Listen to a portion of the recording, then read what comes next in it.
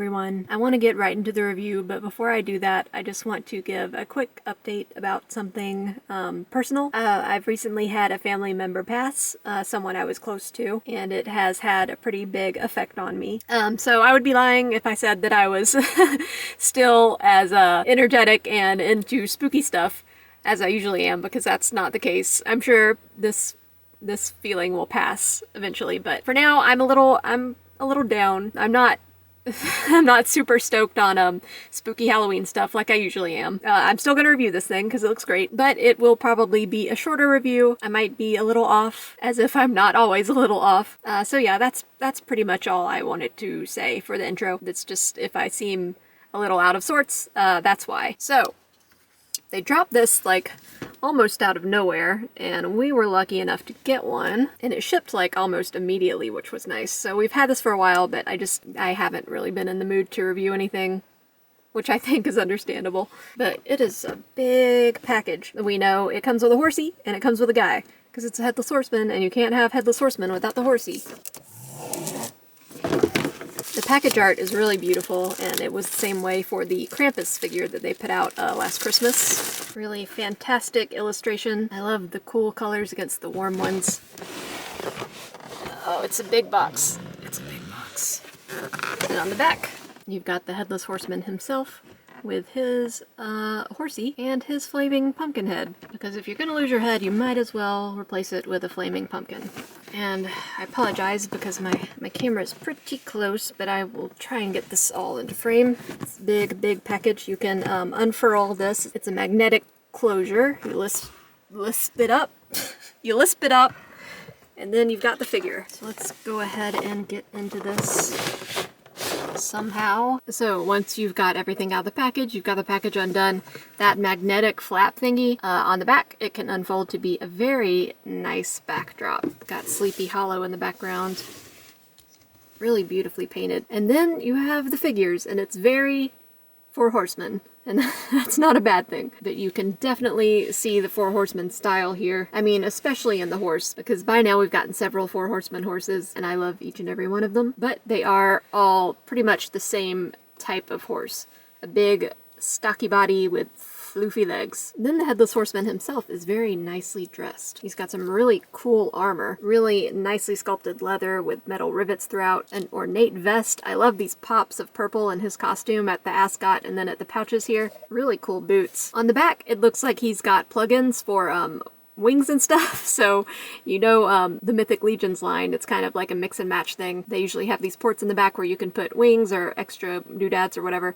So he's got that too, if you want to put wings in him, which would be pretty neat if you have wings. You can have a winged Headless Horseman. Which would you rather have, a head or wings? You can only choose one. The inside of the pumpkin skull is sculpted and painted to look like an inferno. He's got a cute little stem on top. So for the Headless Horseman, you can pop off this head. Come on, I said pop. There we go. And now he's wet because I had to pour hot water over him to get this neck piece out. But once that is out, there's this kind of gruesome chopped off neck piece you can plug in. I tell you, my current state of mind, I don't care for it. I think at another time I would have found that amazing, but right now it's a little disturbing to me. And can you get it out once it's in? The answer is yes. But he also comes with this really cool flaming pumpkin head, which I think is the best option for him. I think I like that the best. He'll come with this hand where you can position one of the heads on it. And this is neat too because you can kind of move it around, position it on the hand. But I do like this flaming pumpkin skull. So when you put this piece back in, little grooves go on the front. And it is hard to get out, so you will probably want to use the hot water method. But yeah, I like that flaming pumpkin skull. It looks like he's got a hairdo. And you know what? Good for him. You know, it's been a while since I've read The Headless Horseman or seen a movie about it. I think the last Headless Horseman media I consumed was the Wishbone episode in the 90s. So I don't really remember why this guy is so pissed off. I guess, like, someone chopped his head off in the war, and so he's upset about that, which is understandable. He'll also come with this sword. I don't know why I'm trying to put it in that hand when there's this perfectly good sword-grasping hand right here. As for the horsey, he will come with an extra nice mane of hair. So let's put that on him. Because we want our supernatural horsey to have a mane that's blowing in the wind. At least that's what I would like. Yes, I prefer that. It looks much more supernatural. Though it is nice that we get a regular mane, just in case we don't want it to look too supernatural. You know what I'm saying? Oh, I almost forgot this very important part. He comes with a really cool cloak. Oh man, I'm gonna have to take off his head to put it on. Ugh. And that makes him look even scarier. His legs move up and out of the way pretty nicely, and then you can see some really nicely sculpted pants is the word I'm trying to find. Pants underneath. So he should be able to ride this horsey pretty nicely. And in doing so, he is not in the frame of my camera. So we can fix that by lifting it up. Yeah, it's still not completely in the frame. I'm sorry about that, but this is a big set. And I'm sure you can position him with the horsey rearing up.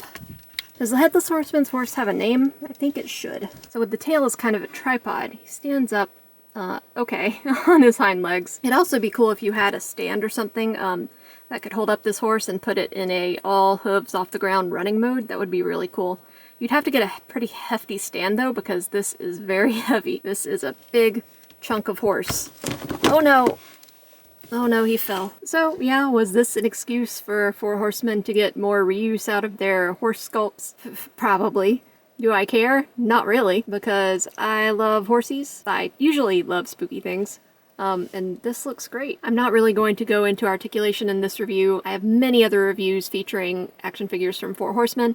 If you're curious about articulation of the horsey or the dude, check those out because I go over articulation in those, and it'll be pretty much the same here. Sorry again if I seem a little down and out. I'm slowly picking myself back up, and I'm going to try to get back on schedule of posting reviews every week. So thank you guys so much for watching.